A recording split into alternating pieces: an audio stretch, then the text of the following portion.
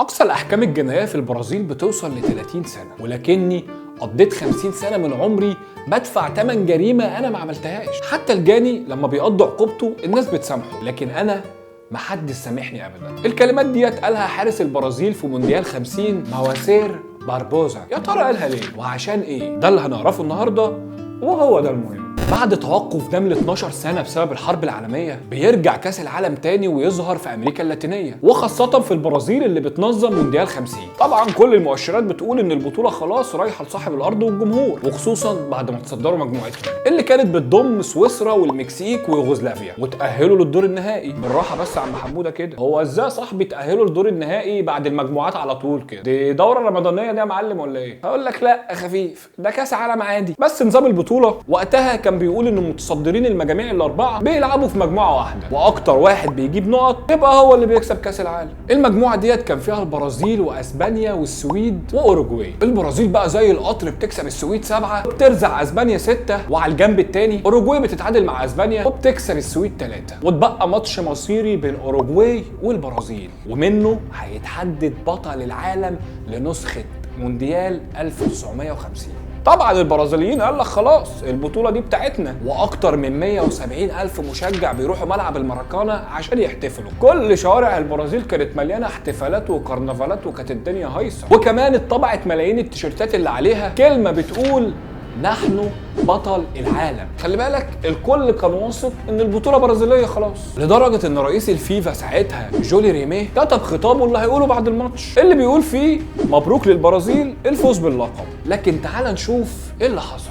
بدأ الماتش وتقدمت البرازيل ولسعت اوروجواي هدف في الدقيقه 47 عن طريق فرايشا، لكن بسرعه كده في الدقيقه 66 اوروجواي بتتعادل عن طريق سيكافينو، وفي الدقيقه 79 بينطلق ادواردو شيشيا او غيغيا زي ما انت عايز تقول من الناحيه اليمين وبيخش منطقه الجزاء وبيسدد في الزاويه الضيقه للحارس باربوزا، معلنا عن الهدف الثاني للاوروجواي، عشان خلاص الحزن بيخيم على كل الجماهير وعلى معلق المباراه كمان، والسكوت بيعم جميع أرجاء الماراكانا، وتحولت الأجواء الاحتفالية لسكوت وحزن وعياط.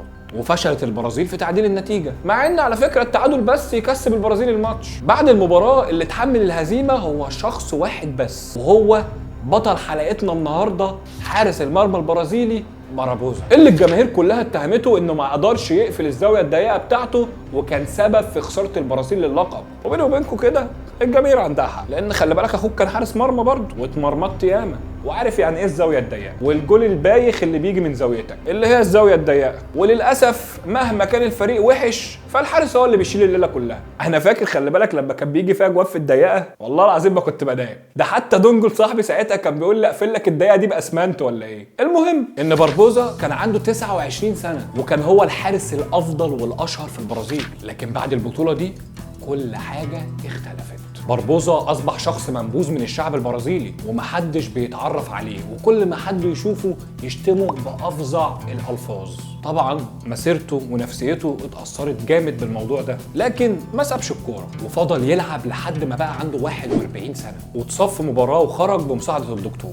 والاول مره من سنه 50 يقف الجمهور في المدرجات ويسقف له ويودعه. باربوزا دايما في احاديثه كلها كان بيبكي وبيقول لك ان احنا كنا 11 لاعب مش لاعب واحد بس، ومش انا السبب في الهزيمه دي. باربوزا بعد كاس العالم 50 ما مثلش البرازيل غير في ماتش واحد بس، واعتبروه في البرازيل ان هو فال نحس، وكمان منعوه ان هو يزور اي معسكر لمنتخب البرازيل، وكمان منعوه من تحليل مونديال 94. بعد ما اعتزل باربوزا فشل في ان هو يحصل على اي وظيفه ليها علاقه بالكوره، ولكنه اشتغل مدرب سباحه، مش شغلتنا بس احسن من قعدتنا. ولسوء حظه بقى انه كان بيدرب سباحه في نفس الملعب اللي شاهد نهايته، ملعب الماراكانا. تخيل بقى انك تكون مضطر تروح مكان هو نفسه اللي شاهد نهايتك وخسرك حب الجماهير عشان بس تجيب قوت يومك. احساس صعب ومؤلم جدا جدا جدا. وبيكمل باربوزا حياته المأساوية عشان مراته تموت بالسرطان سنة 1994، وبعدها بفترة حصل شوية ترميمات لملعب الماراكانا، وعشان يتخلصوا من نحس باربوزا قالوا له اتفضل يا عم باربوزا، دول اجزاء من المرمى اللي انت كنت واقف فيها في مونديال 50، ده لو قاصدين يذلوه مش هيعملوا فيه كده. وبرضه اكيد باربوزا مش عايز يفتكر حدث زي ده اصلا، وخد منهم الاجزاء دي وحرقها في محاولة اخيرة بائسة منه انه يحاول ينسى الذكرى دي. وبعد اسبوع واحد من عيد ميلاده ال79 اتعرض بربوزة لأزمة قلبية خلته يفارق الحياة في 7 ابريل سنة 2000. ورغم موته الا ان الذكرى لا تريد ان تفارقه، فقبره يحمل الرقم 50. قول لي بقى يا صاحبي كده، ايه اكتر غلط انت ارتكبته وانت بتلعب كوره خلى المدرب يخليك ما تفارقش دكه الاحتياطي؟ هستنى اجاباتكم في الكومنتات. اشوفكم في حلقه جديده، سلام.